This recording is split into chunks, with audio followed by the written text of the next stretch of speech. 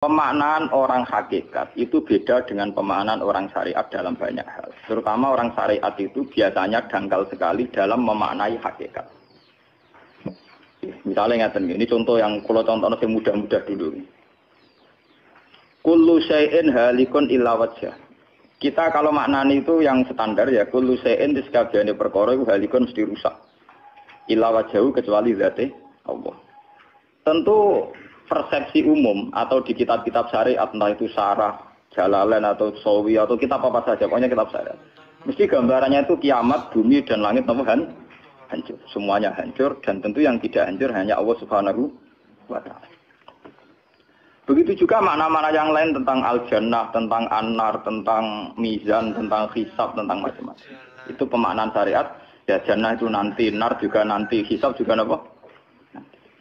Kenapa pemaknaan gini ini menjadi jauh dari Tuhan dan menjadi, saya katakan tadi, dangkal. Mereka ngeten logikanya ngeten. Ya logikanya ngeten. Teng kitab hikam ini pula, itu ada istilah lau asyraka laka nurul yakin. Sebagian nurul basirah la ra'aital akhirata aqraba ilaika min antar takhila ilaika. Dan itu tak ulang-ulang, kita mudi-mudi tak ulang. Andaikan cara iman sampean itu punya nurul basirah, punya mata hati. Jadi ku iman diwujudillah. Iman bahwa yang wujud itu Allah, yang wujud hakiki itu apa? Allah.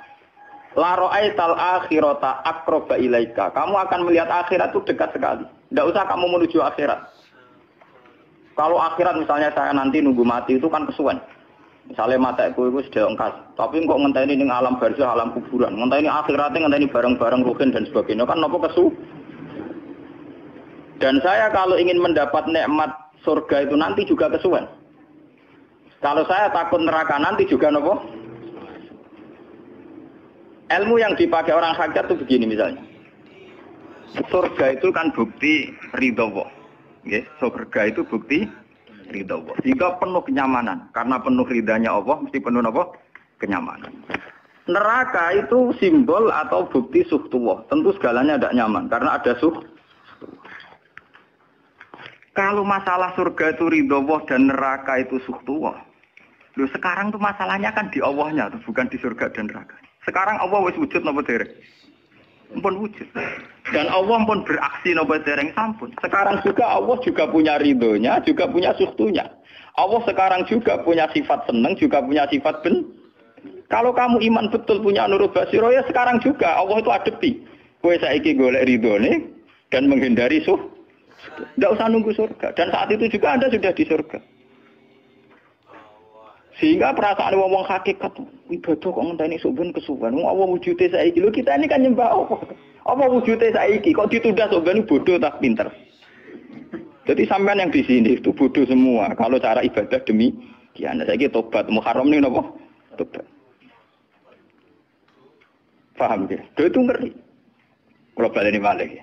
Kalau surga, bukan berarti terus gini, Gus berarti surga yang kayak gambaran di hadis di kitab-kitab berarti tidak ada. Yang bilang tidak ada itu siapa? Wong kayak sampean itu sing ora ono terus. Sing ora ono iku pamahaman, dadi utekem sing ora ono iku ora kok masalah swarga dan apa. Lho coba, surga itu kan bukti ridho Allah, neraka suhtullah. Allah kan sekarang sudah wujud toh. Wujudnya Allah nunggu surga apa enggak? Enggak kan? Dan ridho Allah itu sekarang juga terjadi. Suhtullah juga sekarang juga. Mbok buru sekarang, mbok dicari sekarang. Ridho Allah mbok dicari sekarang. Yaitu seperti doa-doanya Satul Qadir, ilahi ridhoka matlubi. Ilahi anta maksudi wa ridhoka apa? Matlubi. Ya karena ya ilahi. Ya sudah, berarti benar-benar dimulai sekarang. Sehingga kayak saya sendiri, nak umat ilmu hakikatku. Kayak aku apa ibadah haji kayak kesuwen. Apa mulang sampean ya kesuwen. Mbok sesuk ape mergawe ya kesuwen. Mergo paling banter logikane ngeten. Misalnya saya dari rumah. Semula Mustofa Ruhin goblok-goblok nak menawa ibadah. Iku kesuwen. Kesuwene ngeten. Engko mulang ning Ruhin wis kasil mulang ya golek ridane Allah. Padahal mulai saya niat juga sono ridane Allah. Saya melangkahkan kaki ya wis sono Allah sono ridane. Sehingga mulane Kanjeng Nabi ngendikan niatul mukmin khairun amalihi wis niat tok wis amal. Mergo kontrake sampai pangeran sing wujud terus. Setiap detik, setiap saat, setiap khotbah, setiap langkah wis kontrake Allah terus. Jadi ya misalnya rasido lah ora apa-apa, ape mulang Ruhin rasido ora apa-apa, ape ngekek dhuwit Ruhin rasido ora apa-apa. Mulane cara Kanjeng Nabi wong niat apik ra sida tetep ganjaran mergo kontrake sebab pangeran Allah ya wis wujud. Sedekah ben sing sida paham. Iku wis ditulis kita. Paham. Ben sampean ngerti sirine hadis kenapa niat saja ditulis ganjaran karena niat itu artinya orang sudah mengkontrakkan diri, mengikat diri dengan Allah yang setiap saat wujud juga dan saat itu juga wujud. Jadi kamane kados kula misalnya kepengin haji. Gusti berhubung haji perintah jenengan nggih kula kepengin. Tapi saya sekarang juga mulai ibadah. Nggih, mulai napa? Ibadah karena saya tahu golek haji ya ridane Allah. Sekarang juga ya ridane Allah. Dari ridane Allah dalam konteks sekarang mungkin saya ngajar. Mungkin apa Ruhin nyabari melarat dan mungkin terus begitu itu ada terus. Ujung-ujungnya kepen suga kepen sedekah. Kepen sedekah diridani pangeran kan begitu. Nah zaman ke melarat ya ono carane diridani pangeran, sabar ngempet. Mau sono juga. Jadi rasa kesusu paham kan. Jadi itu memang begitu. Orang hakikat itu enggak pernah kesusu. Itu jenenge wal asri demi waktu. Jadi semua waktu itu padat dengan amal. Mergo zaman kiri untuk ridane Allah lewat jalur sabar. Zaman suka untuk ridane Allah lewat jalur sedekah ikhlas. Paham nggih? Zaman bingung diusir bojo ya misalnya ya lewat sabar. Zaman bojo mesra ya lewat rahmat. Pokoknya ono terus. Sehingga wal asri ini padat. Innal insana lafi khusr. Manusia selalu rugi illal ladzina amanu kecuali saat itu dia iman, saat itu dia sholihat. Jadi kalau orang hakikat maknanya ya kecuali saat itu dia iman, kecuali saat itu dia sholihat. Demi waktu. Demi waktu ngenteni sampean kan terlambat paham nggih? Iku nak oleh maknane wong napa? Hakikat. Dan itu rumah sakul wis cerdas. Karena dari awal ilmu hakikat dianggap katanya di atas napa? Syariat. Jadi sampean malah enak. Jangan ngaji kok enak. Dadi mulai omah wis ibadah. Delik-delik kok bojo ben iso ngaji wis mulai ibadah. Enggak apa-apa. Menghindari kebatilan demi barang hak itu ya. Itu sudah bagian dari. Ada sampean terima sampean. Sak kula mawon niku wis biasa. Jadi Gus kok amen lunga-lunga. Lah terus piye hukume iku piye? Ya hukum. Lha kalau dia cerita. Kiai Arwani top-top kiai. Kiai Quran top-top rak Kiai Arwani. Ini bapak menangi Arwani melarat. Itu kalau beliau ngajar di rumah. Jadi sempat beliau itu ngajar di rumah. Itu kalau bunyainya itu agak kereng. Bawa urusan belanja bawa agak kereng. Cuma pindah di masjid aja. Jadi ya basaria sekali lebih aman. Di masjid lebih apa? Jadi kabeh kiai tahu sok enggak ngaji ning omah ben barokah. Tapi ketika suasana tidak kondusif, pindah. Momennya ditambah mertua barang dunia. Bujur tahu wis problem. Momennya tambah mertua tambah IP. Mulane mubalek ku PD-PD, mergo pidatone ora ning area terlarang. Tambah do tambah PD, mergo ora konangan. Ning areane dhewe bar. Dia nak gadah bojo kudu sakinah mawaddah rahmah dari bojone men capek. Lah nek kenapa mubalek mlepuk, mergo jauh dari area. Sing ngono tok kuncine. Tapi kalau orang hakikat itu ya gak ngeluh. Ketika bojo grundel kowe ridho mek kodok-kodare pangeran ya ibadah. Berhasil melalikan diri ya napa? Akhirnya berhasil ngaji ya napa? Karena Allah itu wujud di setiap langkah kita, di setiap detik kita, di setiap nafas kita. Lah kalau wujudnya Allah di setiap detik kita, nafas kita, kenapa nunggu nanti-nanti? Sebab itu sedekah Rasulullah ketika Nabi ngendikan, ya mulai niat itu dihitung. Nah wong saiki wong intelektual kabeh. Bagaimana mungkin belum aksi nyata kok sudah dihitung ora roh pangeran, paham nggih? Paham nggih wong-wong ora roh pangeran. Dadi intelektual ya kudu tobat, paham nggih? Bagaimana mungkin niat belum aksi nyata kok sudah di jadi nak goblok ku rasa di syariat. Nek wis goblok ditulis ning koran dadi buku. Wong goblok kok di syariat, di syariat. Wong dari awal Nabi ngendikan dimulai niat. Maksudnya niat itu niat amal soleh lillahi ta'ala-nya dari awal transaksinya dengan Allah Subhanahu wa taala. Hingga nyaman. Lalu kula ngerasa ibadah. Lah di sini ini kelihatan Nabi sering ngendikan ini yang hadis sahih. Misalnya Nabi ngendikan seseorang itu selalu dalam keadaan salat, maka nanti salat tahbisuhu. Misalnya orang pujian ngenteni kiai ini teko. Nek kiai nek sepuh watak-watak apa ngimami kok ngombe pil sik bariku ndredeg-ndredeg ra teko-teko. Iku jare Kanjeng Nabi wong sing ngenteni imame teko, iku cek salat terus senajan to urung salat. Ngono Kanjeng Nabi tau dipraktekno jarak. Kanjeng Nabi itu kalau salat standarnya awal waktu, tapi beliau itu pernah salat isya sekitar jam 1:30. Yapqa sulusul lailil akhir sekitar 1:30. Itu separuh sahabat sudah turu. Sing Umar menutuki kentong kelontangan. Mantan preman, mantan apa? Preman. Terus. Nah, malane akeh kiai sing gak bar turu terus salat ra wudu mergo hadis iku critane iku Mereka ya namun, tapi fasallahu walam yatawaddo. Jare wong fikih, mergo iku lungguh. Lungguh nek orang geser iku ora apa. Apa jare wong fikih lah, ono-ono wae. Turune sahabat sing gaplek-gaplek ya mlungker.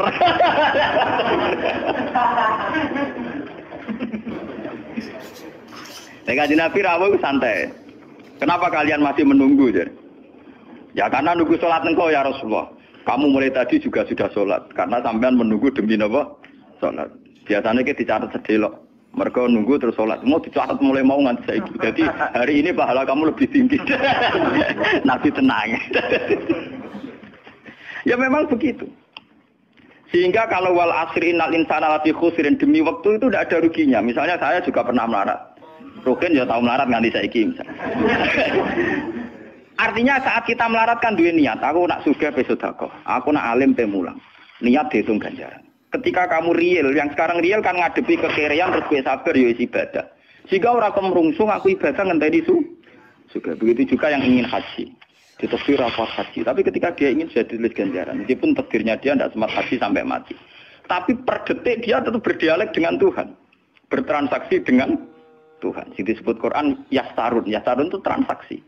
Inna wasara minal mu'minina anfusahum wa amalahum bi anna lahumul jannah. Allah Ta'ala itu membeli diri kita. Diri kita itu kata Nabi ini sing asli dawuh Nabi ora dawuh mubalek lho ini. Ngeling-eling. Ini ilmunya ulama bukan mubalek, harus dicatat. Nabi itu ngitung ibadah. Itu dimulai dari diri kita. Ngendikane pangeran inna wasara minal mu'minina anfusahum. Allah membeli diri kamu. Diri kamu itu ya organ kamu, sel-sel yang ada di kamu, saraf-saraf kamu, semua yang ada di tubuh kita. Karena apa? Dalam desain Tuhan dan rencana Tuhan, pikirannya pangeran kemana madun di badok ya gue sujud. Dua lesan ya gue mulang. Mertua dua lesan ya gue ngandani mantu. Mantu ya gue takzim mertua. Pokoknya dalam desain Tuhan begitu. Sehingga semua organ tubuh itu desainnya untuk taat. Desainnya untuk apa? Taat. Ya desainnya untuk taat. Sehingga ketika taat itu belum nyata dan orang itu niat sudah dihitung. Apalagi setelah nyata dia melakukan. Potensinya saja baru kans, baru potensi sudah dihitung. Makanya ketika Nabi, ini yang hadis sahih, suatu saat Nabi itu ditamu melarat-melarat. Wes melarat ngenes den. Kok ditonggo sugih lomo ngenes den. Wes melarat ditonggo napa? Sugih. Terus matur ya Rasulullah, zahaba ahli dusur bil ambal. Tiang-tiang sugih niku nak moro putih-putih kok nggawa donya gelem sedekah.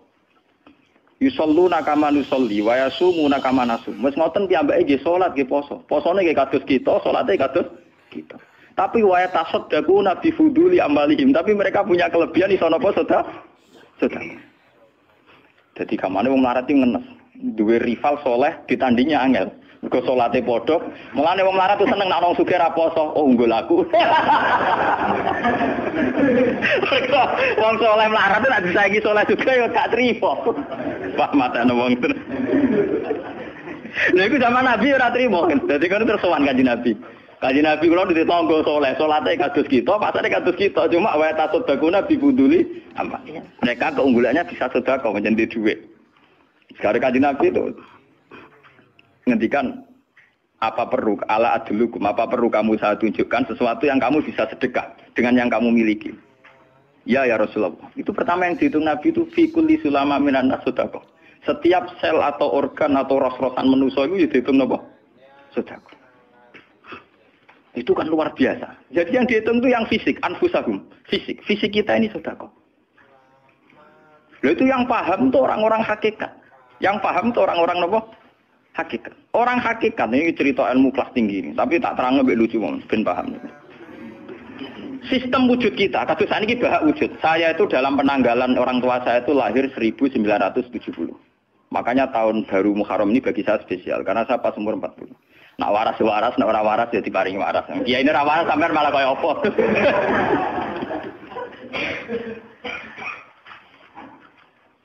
Kalau dalam teori ilmu hakikat, sebelum tahun 70 berarti status saya kan ala Adam tidak ada. Memang tidak ada itu punya positif gak maksiat. Nggih, jenenge ora ana penyelingkuhi sapa, pengorupseni apa, kurang ajar ambek sapa jenenge ora ana.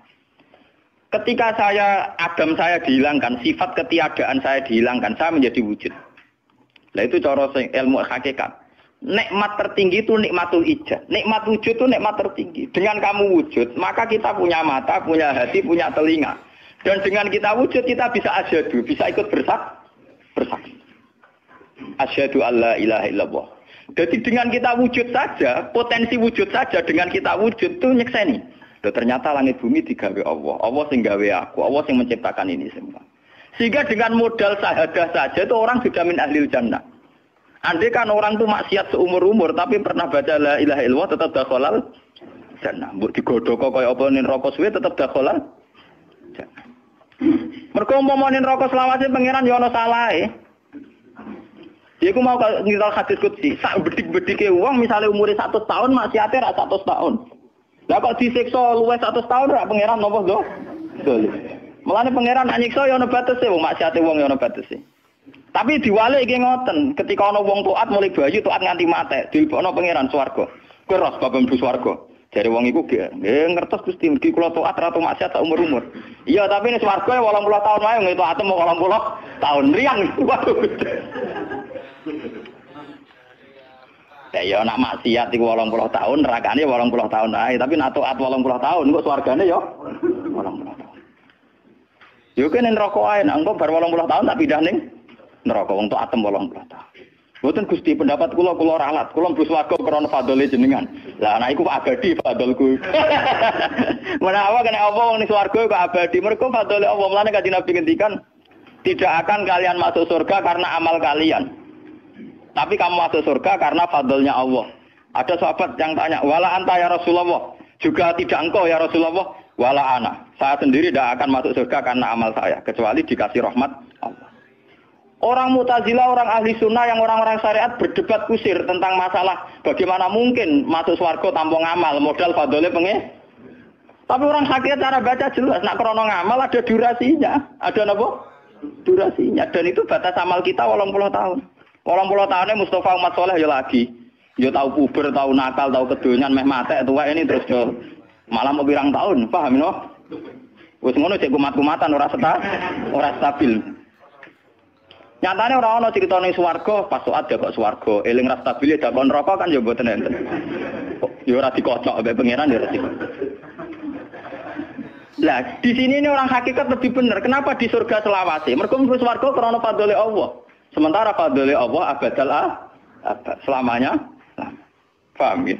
Jadi orang hakikat itu cara baca gampang. Nah, kalau begitu, organ tubuh kita ini dengan sendirinya sudah ibadah karena dengan wujud kita bersaksi. Mulane Kanjeng Nabi bersaksi terus. Lho nek wong soleh-soleh pas-pasan kok sampean eling pangeran kan pendak salat, pendak tawaf. Nah, Kanjeng Nabi mboten. Kanjeng Nabi semua organ tubuhnya iso dijak eling pangeran. Perkara mangan iki barang sepele bedine naman. Nabi baca bismillahirrahmanirrahim. Setelah makan ya baca alhamdulillah. Mau ke WC itu Nabi juga baca bismillah. Setelah dari WC sesuatu yang biasa, Nabi juga bilang alhamdulillahilladzi azhabanil adza wa afani. Semua sistem tubuh kita butuh makan, baca bismillah juga ibadah. Kita butuh berak nanti bisa membuang al-adza, piloro. Itu juga nanti dihitung oleh Nabi alhamdulillahilladzi azhabanil adza wa afani. Sehingga semua proses tubuh yang ada pada Rasulullah semuanya menjadi apa? Ibadah. Nah, makanya Nabi ngitung, makanya sama ndak usah ngeluh dengan fisik yang sekarang ndak usah ngeluh. Nah, kowe ganteng ya syukur paling ganteng. Nah, elek alhamdulillah potensi zina rendah. Mergo ora ono sing minat. Paham nggih? Nah, jabat ya sing syukur mergo iso amar ma'ruf nahi mungkar lebih luas. Nah, ora jabat berarti tidak ada kemungkinan korupsi. Berarti semua harus kita syukuri. Atus kula nu kiye cilik ya syukur, kiye gedhe syukur, sok ben bubar nggih syukur mawon. Pokoke kula niku wis ndonga mbek pangeran, angger pangerane ora sing bubar wonten kula santai mawon. Terus Nabi menyebut lagi. Yang disebut Nabi itu hal-hal kecil. Wa imatatul azam min at-tariq sedekah. Kowe ana kotoran atau ada duri atau apa yang mengganggu di jalan, kamu singkirkan juga napa? Ibadah. Lah itu yang luar biasa Nabi akhirnya ngendikan wa fi buti ahadikum shadaqatun. Bahkan kamu menggauli istri kamu itu juga ibadah. Padahal suatu yang seks, yang pornografi, yang biologis, Nabi juga nyebut wa fi buti ahadikum shadaqah. Dalam organ buduk kamu itu juga sedekah. Sampai sahabat ada yang tanya, ayati ahaduna syahwatahu wa huwa lahu ajrun. Bagaimana mungkin ya Rasulullah orang mendatangi syahwatnya kemudian dia dapat pahala? Wong urusan syahwat masa untuk ganjaran ya Rasulullah. Tapi apa kata Nabi? Alai salah wadu'aha fi haramin akana alaihi wisrun.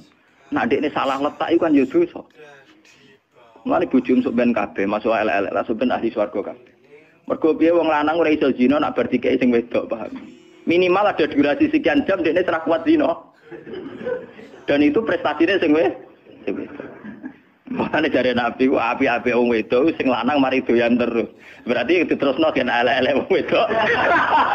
Repot. Nabi itu, lu bukan apa-apa karena Nabi ngertine Nabi lho, kawin yo tarku zina.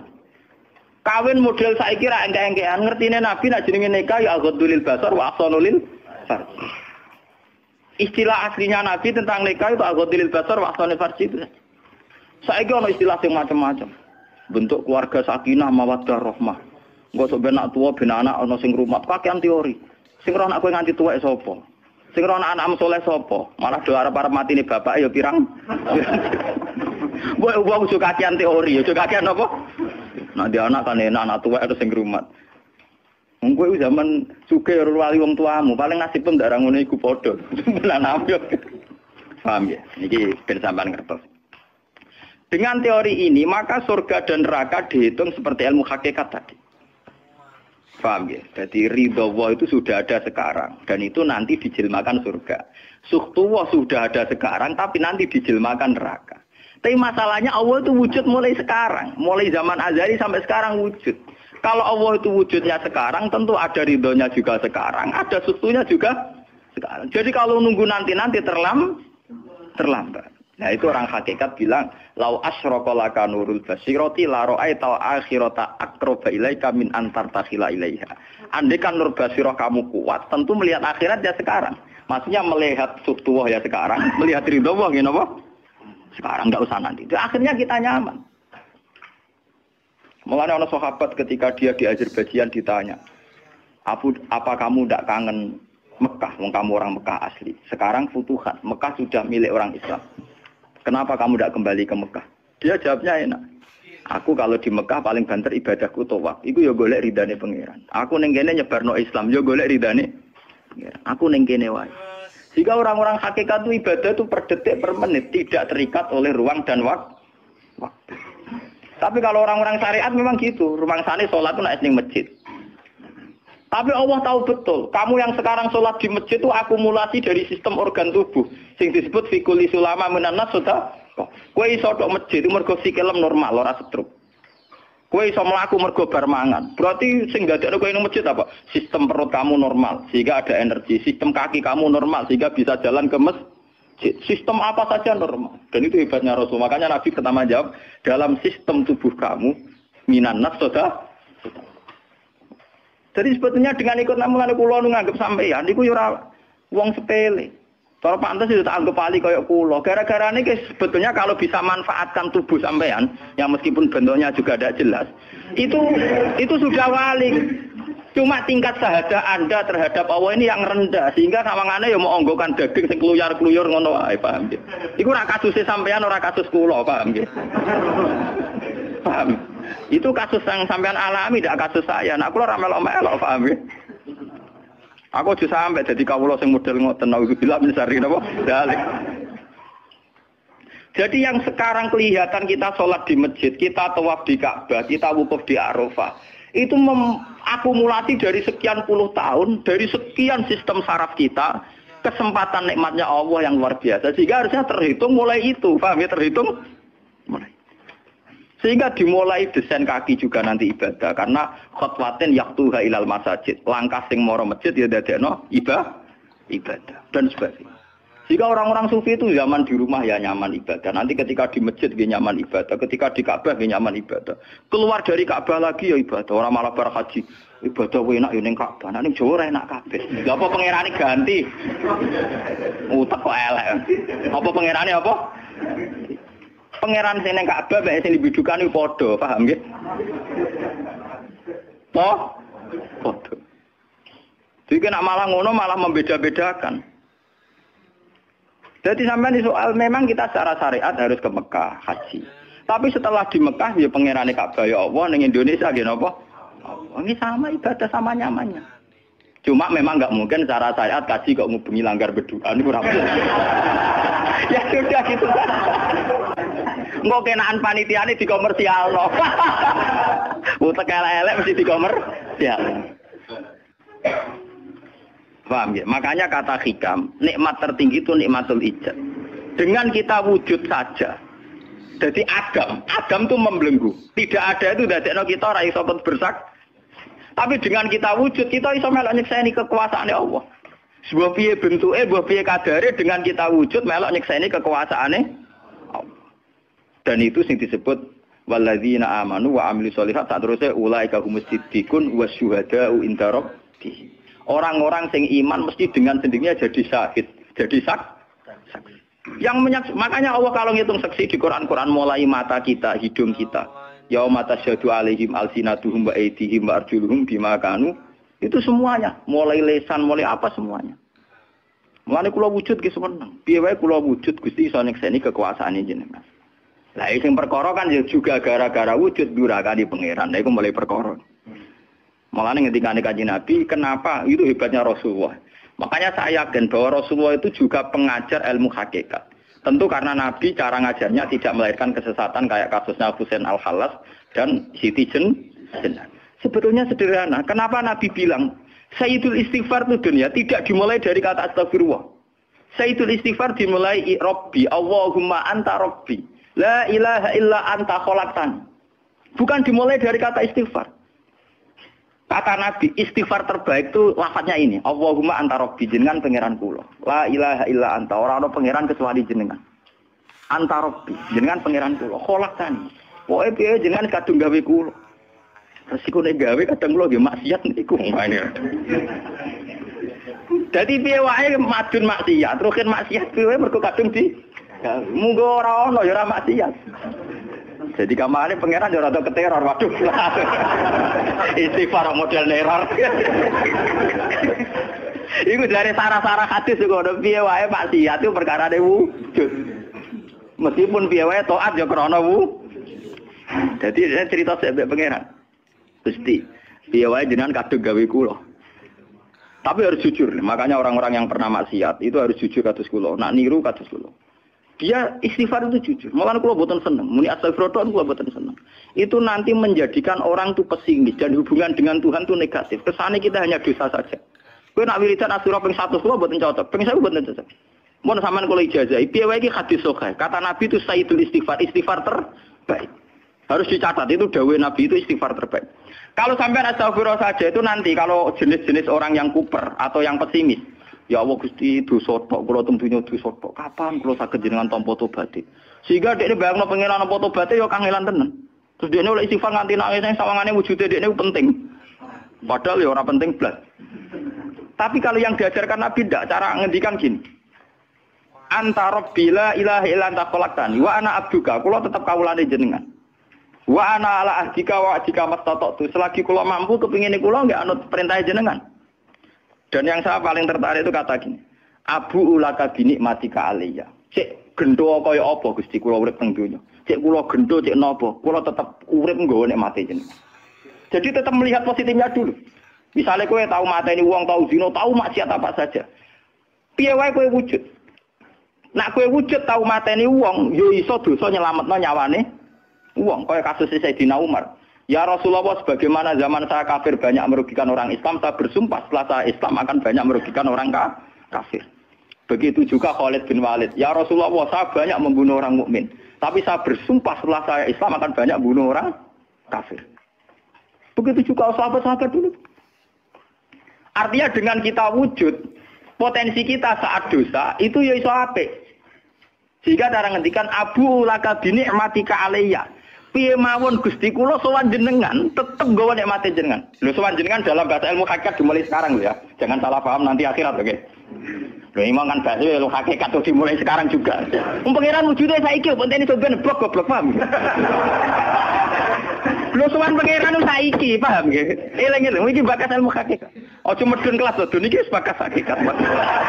Mudene mursid. Maksudnya ben gede-gedeke tambah kok aras, paham?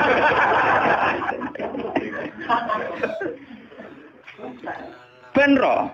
Lu sowan pangeran mulai saiki. Sekarang juga kita sudah sowan Allah. Tentu kita kudu ikrar semua nikmatnya Allah yang sekarang juga.